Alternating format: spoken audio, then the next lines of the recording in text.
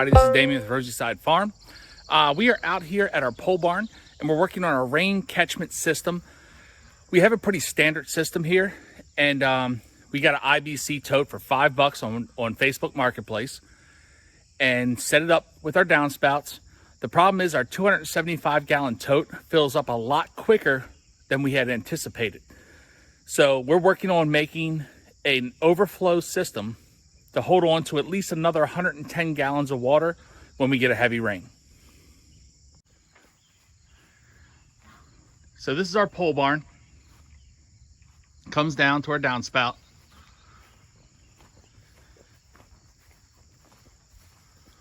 We've hooked it into this adjustable tubing that goes into our IBC tote. So today what we're doing, and it just rained for the first time in a month, so we're going to take this IBC tote and have a little overflow valve that's going to come to this 55-gallon drum, and then eventually have one that comes over to this 55-gallon drum. So we'll have 110 gallons extra than what we had before. Now, this is the first time it's rained in a month, so it hasn't been in the front of my mind. So we're going to do this with the water in it, and I believe that the water being in is actually going to help us, because instead of putting any kind of valve in here, and this is the pipe from the bathroom we remodeled, so it's just scrap copper, and we're not going to modify it whatsoever. I'm going to heat up this end with a propane torch, melt it into the IBC tote, and then use some Flex Seal to seal it up. So we'll have our overflow valve right here.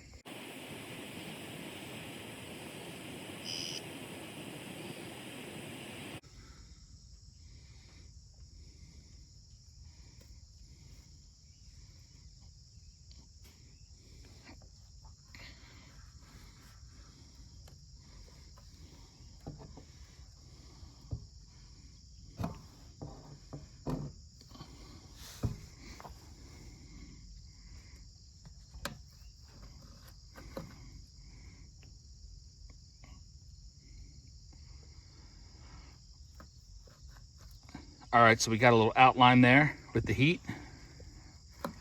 Gonna need to heat it up some more in order to bust through the IBC.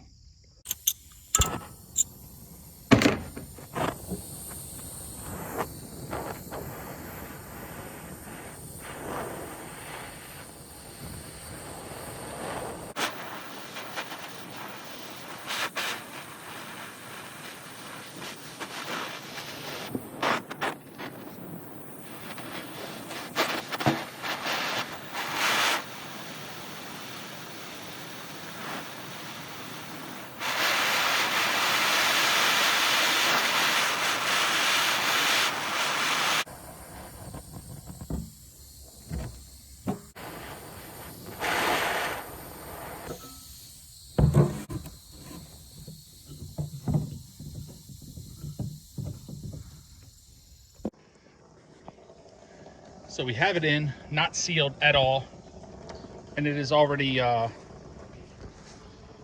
already filtering in a little bit that was above the line that we melted in.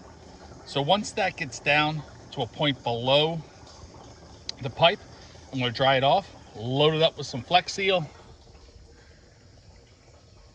and we should have a good enough seal to have this overflow bin working.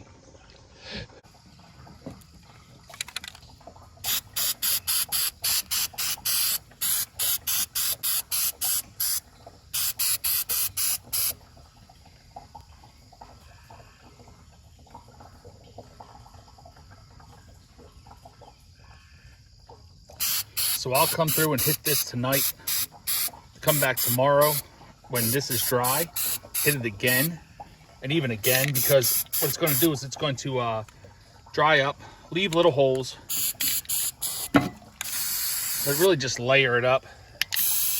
If I had some silicone, I'd put that on there too. That may come in the future, but it does not have to be watertight. I mean, if this thing's working, it's raining, there's going to be water around. So losing a little bit of water is not a big deal.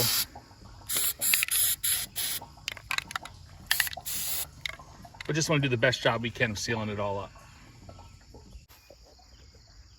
So what we did here, bring it, let it be gravity fed into this 55-gallon drum.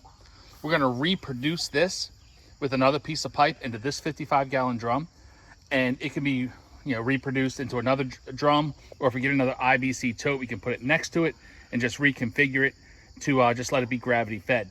So how we get the water out of these barrels is we really just pull the water with a 12 volt portable pump. So we'll just pull it right from the top. So we're not putting a spigot on the bottom. The idea is to have as few moving parts as possible. On the main IBC, we have the standard outlet valve, which we are going to convert into a standard hose valve in order to pull water out, maybe use gravity, use our pump if we have to. But all the overflow is just going to be pulled out of the drum. I want to put as few holes in the system as possible. It gives it the least amount of kind of screw up areas. All right, thanks for checking out this video. There's a lot of good things happening on the farm here. We're approaching the end of summer, so come back and check us out on the next video. See ya.